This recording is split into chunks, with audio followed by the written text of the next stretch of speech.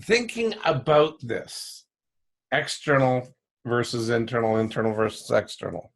Compare and contrast is something we've talked about before, and that's a very effective tool to be able to use. We have compare and contrast for internal and external. And internal stuff is, all this thought, emotion, feeling, thinking, perceptions, assumptions, attitudes, beliefs. It all exists in our mind, and it makes up our internal state. And they're really not verifiable by others. And people were asking me, well, what's the point of having it verifiable by others? It's my life and everything else.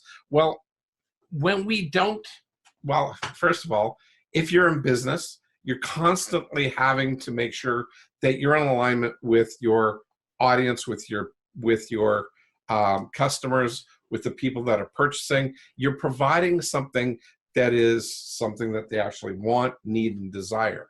And so if all that you're doing is doing the things that you think you want to give them, but they don't really want it, they're not going to buy it.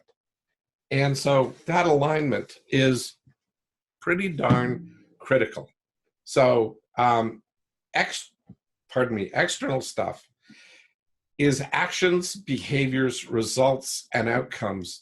They exist outside of us, and they are observable and identifiable by others, whereas the internal stuff is not identifiable by others. It is not verifiable. So only you can verify it. So you can really, for lack of a better word, you can really con yourself. And it gets into a lot of that internal state.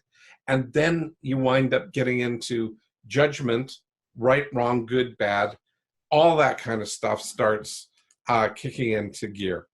And that's really crazy stuff. It's really not effective.